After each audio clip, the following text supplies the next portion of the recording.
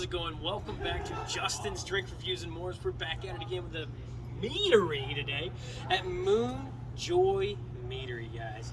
We're getting ready to go in, start drinking. We've already got some drinks going. As you guys follow us inside, we're going to get up and we're going to go inside and we're going to show you guys what they do inside this meadery to make this amazing stuff that we've been drinking on. So, shall we? We're gonna go in again. MoonJoy Meadery, guys. Let's go on inside. So we're gonna come in. Yes, sir. You can see how everything is inside.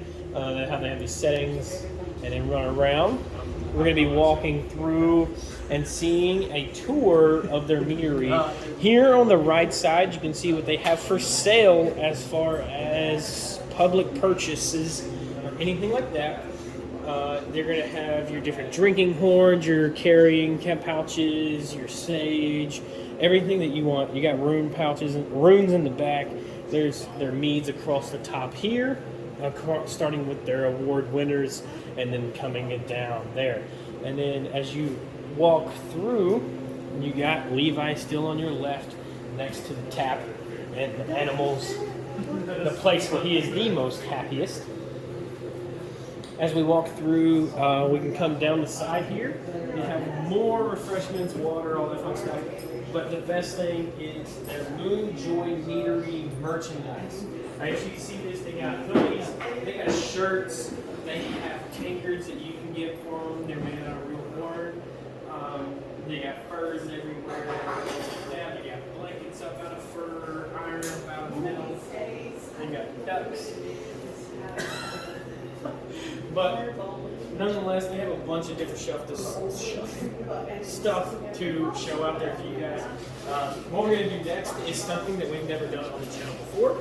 As we are here at this meadery, we have access to a place where they start, make, and distribute by hand every single thing that they have. So me and Levi, we're going to walk to the back right here as we are drinking on. I have Dark Horse. What are you drinking on? I think I also have Dark Horse. We're drinking on their Dark Horse, which is their #1 winner. And we're going to see their processes throughout the back. Daniel, if you'd like to go through with us. This is Daniel. Will follow. You guys met him? He's taller than me. I'm 6, he's 6'2", he's probably like 12. I don't know. What else? I'm 6'9". Oh yeah, you're 6'9". Just Everybody, 6'9". it's fine. So, You come on in, love. Pretty Lady is the camera holder.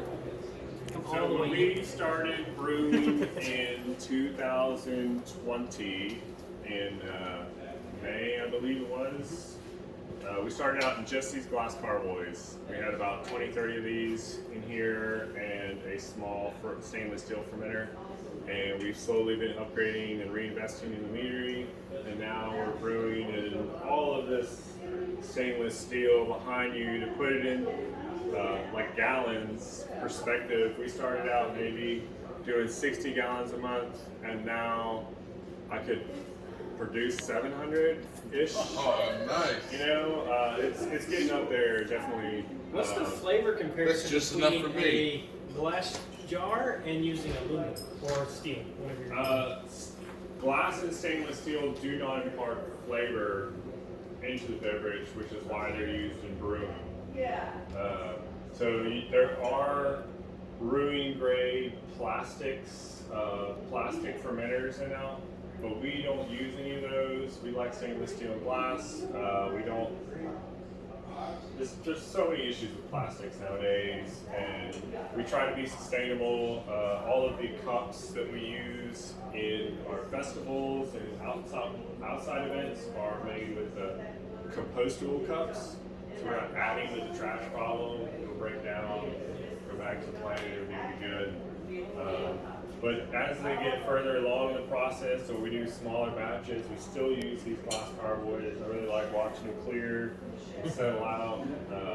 And we also use these to make custom batches for people. If you have a wedding coming up, just want something, cake for the man cave, whatever, I can make it. And it's very competitively priced. What's the biggest batch that you've made out of the back here? I'm assuming you've done everything else. If you want to come back here, I'll show you. Pretty lady's just gonna follow them. He's gonna show everything. Me and Levi are just inside learning. There's 200. Both these tanks together is 240 gallons of local blackberries. So this is one of the biggest batches we've made so far, and it's going to be a lot. That was the one where you said you were starting to locally source the berries and stuff. Yeah. Right? So last year we had a problem getting enough fruit in quantity, or even some fruit we couldn't get at all. Like last year we couldn't get any apple juice in quantity, so we skipped a lot of recipes that we make that have apples in them. And this year, apples, we're getting those back in. So we're getting, after these are done and we move them out of the tanks, we have a fresh batch of a couple tons of strawberries are coming. Oh, nice. And we're going to do a strawberry mead, and that's all from a strawberry farm like 20 minutes down the road. Brilliant. So we try to be as supportive to the local community as we can be. Like, we don't serve food because we're surrounded by restaurants, right? Why would we add to that? I think y'all had like a pub mix type thing going. So we have a snack mix, which is like a Czech mix pretzel deal, but that's also made by another local restaurant that they provide to us. So Infusion Smokehouse makes that. They're an amazing barbecue place. I've had the barbecue. It's a good time. I think after we leave here, we're going to the Italian place on the corner. Piccolo's great pizza. I think they're open. Yeah, that's Tuesday. But yeah, they make great Chicago style pizza, and we carry all the menus from the local places here.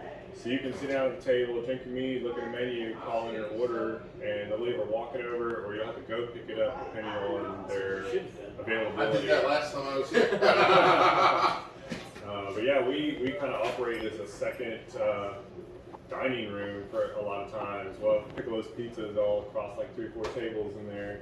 Brilliant. Smart. I mean, clever. Outsourcing. Well, yeah, and it creates less work for me, so I can focus on what I want to do and what I'm The good at. deliciosity that is the speed. What made you want to start and do this as a whole? I know you said you learned from your stepmom. Yeah, so my mother-in-law wanted to start the meadery because she's been making mead for so long, but she's an older lady, she can't lift anything, but she's incredibly intelligent and gifted, and so she taught me to make mead, and we started this together, and for the first year, we were working every day in here together, brewing and creating recipes, and just generally doing the work of making mead, and I would do all the heavy lifting for it. Do you have a favorite mead that you've made that you don't outsource anymore? That was like your go-to, and you're like, we just kind of gotta stop selling it. I've discontinued a few flavors due to lack of popularity, and so there was a dark chocolate banana peanut butter mead. Oh, that sounds good. That just couldn't quite get the flavors nailed down on, and it was good, it had its place, but it wasn't great, and it wasn't what you would say is a high seller, right? And so those kind of meads get kind of moved off to the back burner or just not made at all again unless someone requests it. And then I would do like a really small batch for them because we're focusing.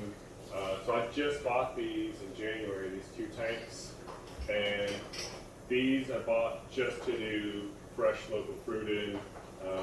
So before I loaded these with blackberries, I had one full of dark horse, and the other one was full of local pumpkins with a splash of cranberry juice and pumpkin spice, which is actually in those tanks in front of you now. Ronnie would love that. So I've seen the process in the glass jugs with the aerators on top. How does that transition into using a barrel like this? What is the differences compared to that? What is the outcome? So, small batch mead or any beverage you make is going to be really high flavored. So you have to scale up appropriately, fruit quantity wise, to get the same flavor in a bigger batch than you would in a smaller batch. But these obviously pump out way more bottles and kegs and that kind of thing. And because I'm using fresh local fruit, I need more headspace and workable room for all that fruit. You have to punch it down and mix it up all the time, and that just wouldn't work in a very narrow-necked carboy. So all these stainless steel containers, these fermenters are all Italian stainless steel, and then these bright tanks are American, and so that's another thing. Like, we don't use Chinese fermenters or Chinese stainless steel products, because their stainless steel is a lower quality grade than what's made in America or other places like in Europe. Mead is made the same way wine is. These are all wine fermenters, and so these are very simple, easy to use, lightweight. We can pick them up, move them around. Just like when this is empty, I can pick it up no problem and carry it off to the sink or carry it outside, whatever you do with it. Let alone the fact that it's gorgeous and it looks like dragon scale. The swirl on the side. It's really, yeah, the pattern's pretty cool. Does the pour make a difference as well? I know, like, sediments and stuff settle at the bottom, so do you get a better quality from glass to a steel, or is the sediment the same? So what you're talking about, the settling process, where the particulates and the yeast bodies and everything starts settling the bottom of a beverage. You'll see the same thing when you put something in the fridge for a while. You'll see some things settle out of suspension. So we do what's called racking, where you'll move the mead from this container into a bright tank or another container, and you'll do that probably about 6-8 times, depending on the mead. And every time you move it, you'll leave behind everything that's settled to the bottom. And as you do that, it'll get clearer and clearer and clearer, and you'll have a lot less yeast taste, and you'll taste the flavors of the beverage a lot more that will come to the forward. But we do that. It's called racking a bunch of times. Now, do we do racking with gravity, or is there a different technique? So you can rack with gravity, which is most of what we do is gravity racking, but you can also use like wine pump. We use wine pump. Gabe would probably be good at wine pump. There's like a lot of schools of thought. Some people don't like pushing their beverage through a pump because they think it changes it, and we haven't noticed any depreciable effect. And we use a small little wine pump too. It's not like it blows mead through it or whatever. Right. It's gentle on it. But most of this you can see is just the fermenters are up here, tanks are down low, and we just rack gravity into them. Does the height difference, I know it's probably maybe be a dumb question, but does the height difference make anything, like when you're pumping? Or I know it's like all of your clear or your shinier tanks, the US made tanks are taller than your other tanks. So do you have to use a pressure line, like you were talking about, where people doesn't like it going through a pressure tank, or is it the same? You'll use, like for this, since it's so big, I'm going to hook up that was the easiest thing I've ever seen move. It looks full like, too. He's a giant. It looks like that weighs like 100 pounds, and you're just like, I'm going to move that over here. These are really light.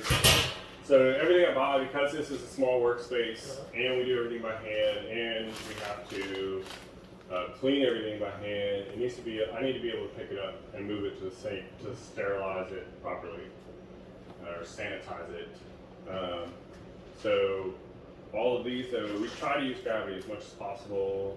Load the carboys up, and then I just pick those up off the ground and set them on the table, and gravity rack those. But these tanks, especially at this volume, we use a pump. Okay. Since they're not on here, pretty lady, you've been quiet. You got any questions? No.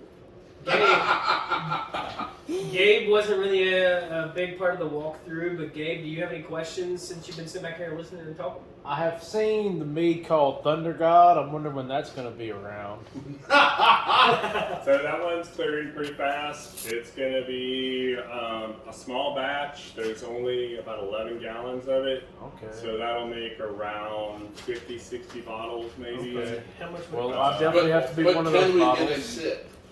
Yeah, we can do that. It's a muscadine blueberry lemon mead Don't you get that excited? used a different kind of yeast that most people would advise against, but I found it to do the trick and be quite nice. Listen, you have to be bold to make advances. I'm gonna say exactly the same thing. What determines what you choose on what yeasts and honey you use? I know a lot of flavors and stuff go into these things, but like, It what depends on what you're determines looking it? for. So, like for the pineapple mead, it's a great example. It's got a light flavor on the pineapple, and it's also very acidic. But that one, I'll use a really dark, rich honey to balance out that tart acidity that the pineapple has. In other meads, like the blackberry one, blackberries are already very rich in flavor. So that one I'm going to use a lighter honey on, like the sourwood honey, because I really sour like the blackberry sour. is a nice little Looks flavor good. combination. Well, it was good enough where I bought a bottle of it. I see that. Do you mind if I get another cup? I know we're past ours. Yeah, we can finish up in here. Yeah, honey, pretty late. No, wait. What we're gonna do is we're finish up. Again, this is Daniel. The best thing that you guys can do is check him out. If you want to put out your accounts and stuff again for one more time. Yeah, for the you video. can check us out on Facebook and Instagram, and we also have a website, MoonJoyMeadery.com. You can email us at MoonJoyMeadery@gmail.com. And like I said, we're here. We're doing all kinds of crazy new stuff. And if you think of something and you want a custom batch made just for you, we're down to do it. I love doing new creative recipes. Everything in here is something different in each tank. Almost has a completely different flavor. That's great. You know, like I even have a mead over there that has salt in it. I'm using like a saltwater type. I'm using smoked bourbon sea salt. It's smoked with bourbon stains from a barrel, and it's got apple and caramel in it too. That one's for a business that's opening up next door, and they have a salt spa therapy. I do have a really quick question because I know she's still recording something left, but I know when moonshine and stuff comes out of their still, they're clear. But once you add stuff, it starts changing the color. I see that jar over there is clear. That's just water. It's just the water. So that's an airlock, or Okay. what's called a blow off. That's what I was curious about. I was like, does it come out clear or does the additives change anything? That's what I was So curious that is a large version of this little guy here, Okay. which It's a huge aerator. well, it's called an airlock. An aerator is a thing that pumps air into the solution and mixes it up. This just allows the CO2 to escape and doesn't allow oxygen and bugs to get into the so otherwise the crazy amount of pressure that fermentation creates would just blow everything up. There'd be meat everywhere. In the beginning, we've had several carboys get clogged and explode, and paint the ceiling with blueberries. And That sounds terrible. it's a fun day when you have to clean for 30 minutes right when you come into work, right? And but it's fun. It's a labor of love, and if you're like sad about it, you can always drink the finished product. And Very true. I mean, you still get something in. You get something out of it. Well, guys, I'll get you some undergod. yeah. I'll try it while we're on live.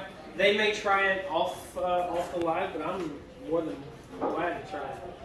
So, guys, I hope you really enjoyed this. It's something different.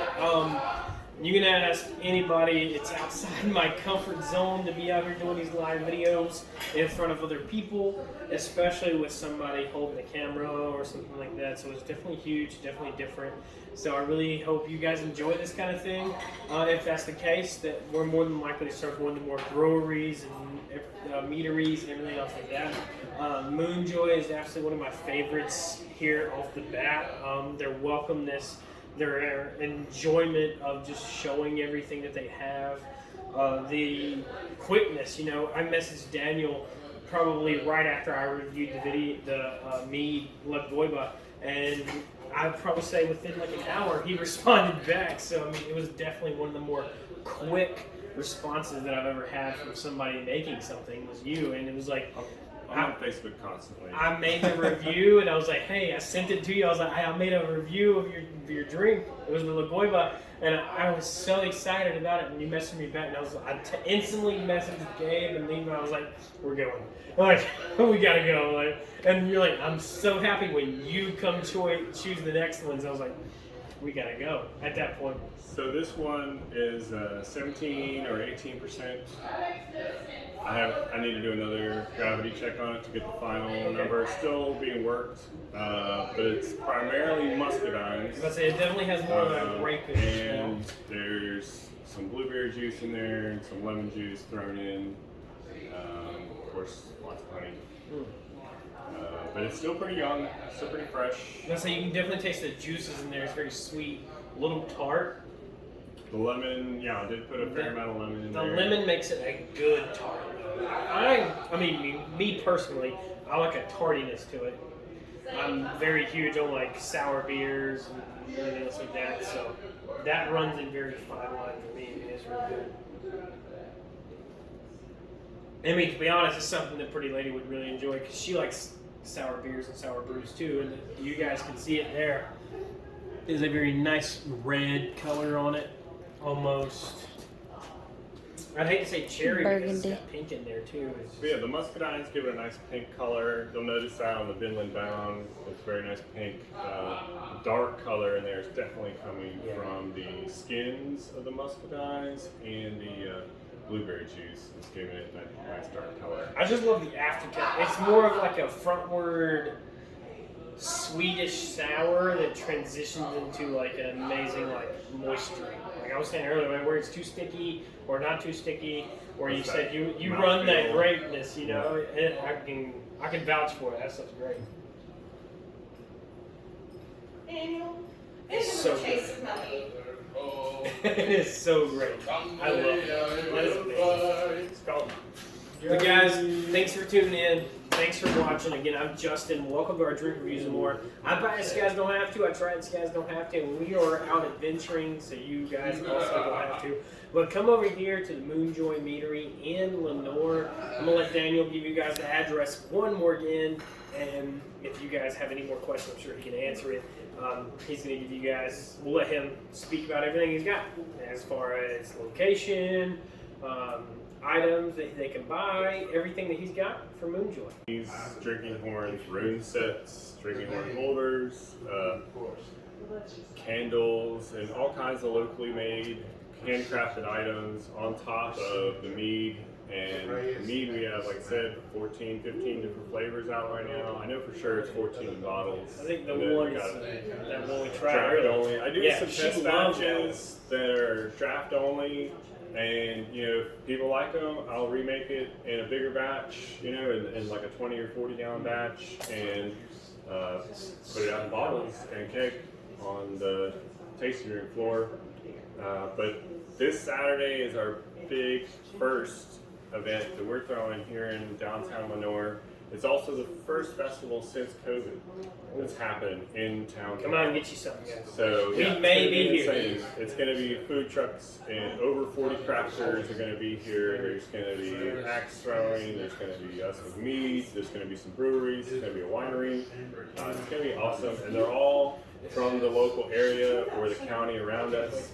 So instead of like shopping on Amazon or ordering something online and waiting months to get it because the shipping container is stuck in the harbor, you can just come here, grab whatever you need alcohol-wise, and yeah, I mean, we'll set you up. We may be here. We're looking at maybe next Saturday. I have a wedding, but I'm sure I can do something around the this wedding. Saturday is the festival. Yeah, so this coming Saturday, I'm sure we can work something around it. The kilted ones. The crew, the kilted ones, will be here.